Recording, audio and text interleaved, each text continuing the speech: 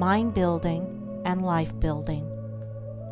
Everything, both in nature and the works of man, is produced by a process of building. The rock is built up of atoms. The planet, the animal, and men are built up of cells. A house is built of bricks, and a book is built of letters. A world is composed of a large number of forms, and a city of a large number of houses. The arts, sciences, and institutions of a nation are built up by the efforts of individuals. The history of a nation is the building of its deeds. The process of building necessitates the alternate process of breaking down. Old forms that have served their purpose are broken up, and the material of which they are composed enters into new combinations. There is reciprocal integration and disintegration. In all compounded bodies, old cells are ceaselessly being broken up, and new cells are formed to take their place. The works of man also require to be continually renewed until they have become old and useless, when they are torn down, in order that some better purpose may be served. These two processes of breaking down and building up in nature are called death and life. In the artificial works of man, they are called destruction and restoration. This dual process, which obtains universally in things visible, also obtains universally in things invisible. As a body is built of cells and a house of bricks, so a man's mind is built of thoughts. The various characters of men are none other than compounds of thoughts of varying combinations. Herein we see the deep truth of the saying, "As a man thinketh in his heart, so is he." Individual characteristics are fixed processes of thought.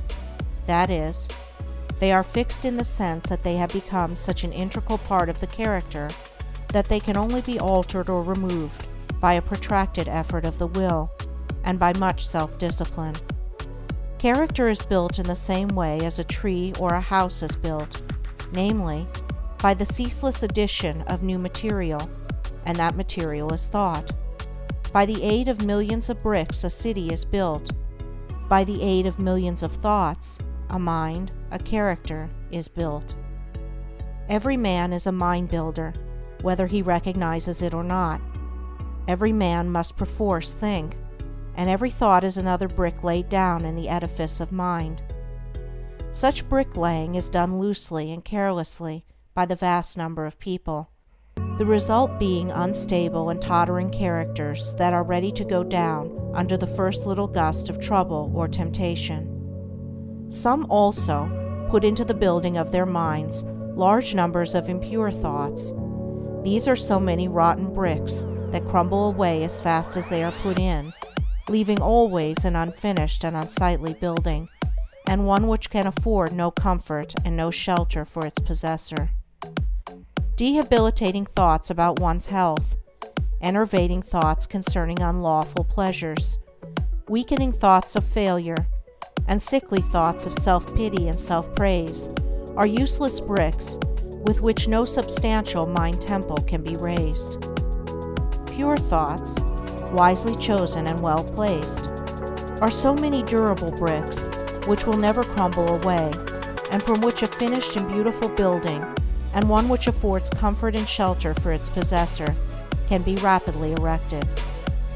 Bracing thoughts of strength, of confidence, of duty, inspiring thoughts of a large, free, unfettered, and unselfish life, are useful bricks with which a substantial mind temple can be raised, and the building of such a temple necessitates that old and useless habits of thought be broken down and destroyed. Build thee more stately mansions, O my soul, as the swift seasons roll. Each man is the builder of himself. If he is the occupant of a jerry-built hovel of a mind that lets in the rains of many troubles, and through which blow the keen winds of oft reoccurring disappointments, let him get to work to build a more noble mansion, which will afford him better protection against those mental elements.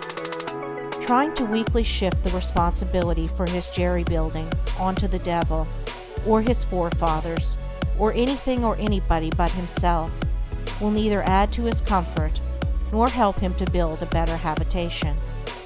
When he wakes up to a sense of his responsibility and the approximate estimate of his power, then he will commence to build like a true workman, and will produce a symmetrical and finished character that will endure and be cherished by posterity, and which, while affording a never-failing protection for himself, will continue to give shelter to many a struggling one when he has passed away. The whole visible universe is framed on a few mathematical principles. All the wonderful works of man in the material world have been brought about by the rigid observance of a few underlying principles. And all that there is to the making of a successful, happy, and beautiful life is the knowledge and application of a few simple root principles. If a man is to erect a building that is to resist the fiercest storms, he must build it on a simple mathematical principle, or law, such as the square or the circle. If he ignores this, his edifice will topple down even before it is finished. Likewise, if a man is to build up a successful, strong, and exemplary life, a life that will stoutly resist the fiercest storms of adversity and temptation, it must be framed on a few simple, undeviating moral principles. 4 of these principles are justice, rectitude, sincerity, and kindness. These 4 ethical truths are to the making of a life what the 4 lines of a square are to the building of a house. If a man ignores them and thinks to obtain success and happiness and peace by injustice, trickery, and selfishness, he is in the position of a builder who imagines he can build a strong and durable habitation while ignoring the relative arrangement of mathematical lines, and he will, in the end, obtain only disappointment and failure. He may, for a time, make money, which will delude him into believing that injustice and dishonesty pay well, but in reality his life is so weak and unstable that it is ready at any moment to fall. And when a critical period comes, as come it must, his affairs, his reputation, and his riches crumble to ruins, and he is buried in his own desolation. It is totally impossible for a man to achieve a truly successful and happy life who ignores the 4 moral principles enumerated, whilst the man who scrupulously observes them in all his dealings can no more fail of success and blessedness than the earth can fail of the light and the warmth of the sun, so long as it keeps to its lawful orbit, for he is working in harmony with the fundamental laws of the universe. He is building his life on a basis which cannot be altered or overthrown, and therefore all that he does will be so strong and durable, and all the parts of his life will be so coherent, harmonious, and firmly knit, that it cannot possibly be brought to ruin. In all the universe, forms which are built up by the great invisible and unerring power will be found that the observance of mathematical law is carried out with unfailing exactitude down to the most minute detail. The microscope reveals the fact that the infinitely small is as perfect as the infinitely great. A snowflake is as perfect as a star. Likewise, in the erection of a building by man, the strictest attention must be paid to every detail. A foundation must first be laid, and although it is to be buried and hidden, it must receive the greatest care, and be made stronger than any other part of the building. Then stone upon stone, brick upon brick, is carefully laid with the aid of the plumb line, until at last the building stands complete in its durability, strength, and beauty. Even so it is with the life of a man.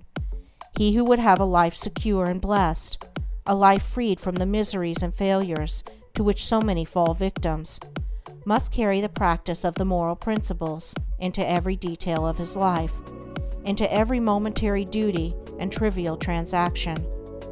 In every little thing he need be thorough and honest, neglecting nothing. To neglect or misapply any little detail, be he commercial man, agriculturist, professional man, or artisan, is the same as neglecting a stone or a brick in a building, and it will be a source of weakness and trouble. The majority of those who fail and come to grief do so through neglecting the apparently insignificant details. It is a common error to suppose that little things can be passed by, and that the greater things are more important, and should receive all attention. But a cursory glance at the universe, as well as a little serious reflection on life, will teach the lesson that nothing great can exist which is not made up of small details, and in the composition of which every detail is perfect.